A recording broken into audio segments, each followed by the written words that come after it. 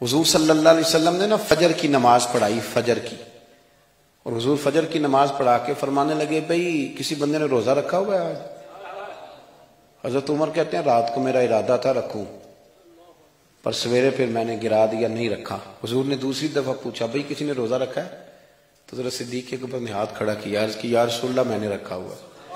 آپ حکم نہ دیتے تو نہ بتاتا، پر روزہ رکھنا بھی آپ نے توجہ دلائی ہے تو حکم بھی آپ کا بتاؤ تو بتا دیا۔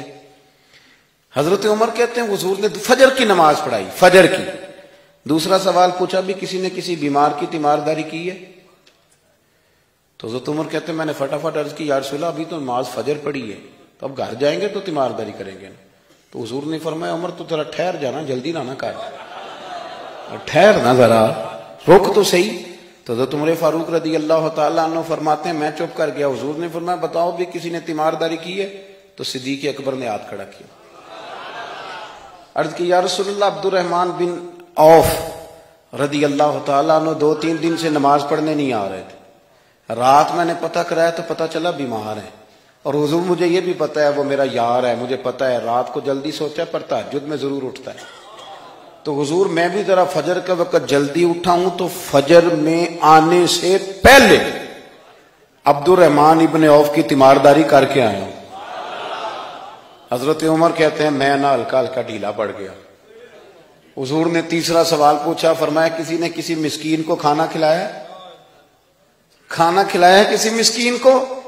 حضرت سیدنا عمر فاروق کہتے ہیں میں نے پھر عرض کی، میں نے کہا یا رسول اللہ ابھی تو فجر پڑی ہے، گھر جائیں گے کوئی چیز لیں گے تو کھانا کھلائیں گے۔ تو حضور پھر مسکرائے، فرمایا عمر تو ذرا ٹھہر نہیں جاتا، ذرا ٹھہرنا، ذرا نظارہ تو کرنا، گویا یہ شان صدیق اکبر کا جلسہ ہو رہا، ٹھہرنا۔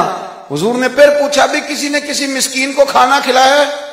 تو حضرت عمر کہتے ہیں لوگ سارے دائیں بائیں دیکھ رہے تھے اور میں چپ کے ابو بکر کو دیکھ رہا تھا، کہ مجھے پتا تھا کہ بولنا اسی نہیں ہے، اور دل میرا کر رہا تھا کہ کہہ دوں دیو جناب جواب، دل میرا کر رہا تھا۔ وہ سمجھ گئے تھے کہ سونا راضی کن کاموں میں ہو، بس یہ نقطہ انہوں نے پا لیا تھا۔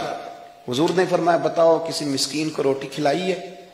تو جناب سیدنا صدیق اکبر نے ہاتھ کھڑا کیا، عرض کی یا رسول اللہ سویرے اٹھا ہوں تو چھوٹا بیٹا بھی اٹھ گیا تھا، اور میرے وضو کرتے سنت پڑھتے ماں سے کہنے لگا بھوک لگ رہی ہے، تو ماں نے 2 روٹیاں بھی پکا دی، تو حضور ایک اس نے کھائی دوسری اس کے ہاتھ میں تھی۔ جب ہم نکلے ہیں نا گھر سے تو دروازے پہ ایک فقیر کھڑا تھا، مسکین کھڑا تھا، کہہ رہا تھا رات سے بھوکا ہوں، کوئی دروازہ کھلنے کا انتظار کر رہا تھا، ابو بکر سب سے پہلے تیرا ہی کھلا ہے۔ تو حضور میں نا اس مسکین کو ایک روٹی کھلا کے آیا ہوں۔ حضرت عمر فاروق کہتے ہیں میں نے گردن جھکا لی، اور میرے رسول کریم نے فرمایا اے اللہ میرے ابو بکر پہ رحم فرما، اللہ میرے ابو بکر۔ وہ سمجھ گئے تھے، مزاج شناست سمجھ آ گئی تھی کہ حضور کن باتوں میں، اور نا اپنے اوپر وہ سارا کچھ طاری کر لیا تھا انہوں نے، طاری، ان کی ادائیں بالکل ڈھل گئی تھی نبی پاک کی اداؤں۔ 3 دن وہ غار ثور میں رہے تو ہمارے صوفیاء فرماتے ہیں کہ ان پر تجلیاں بھی پڑی محبوب کی معرفت کی۔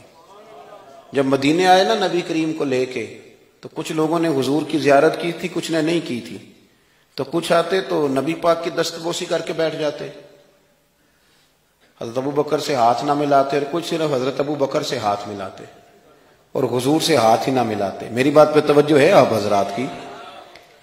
تو کچھ لوگوں کو نا شبہ ہونے لگا، وہ معاذ اللہ سمجھنے لگے کہ شاید یہی اللہ کے رسول ہیں۔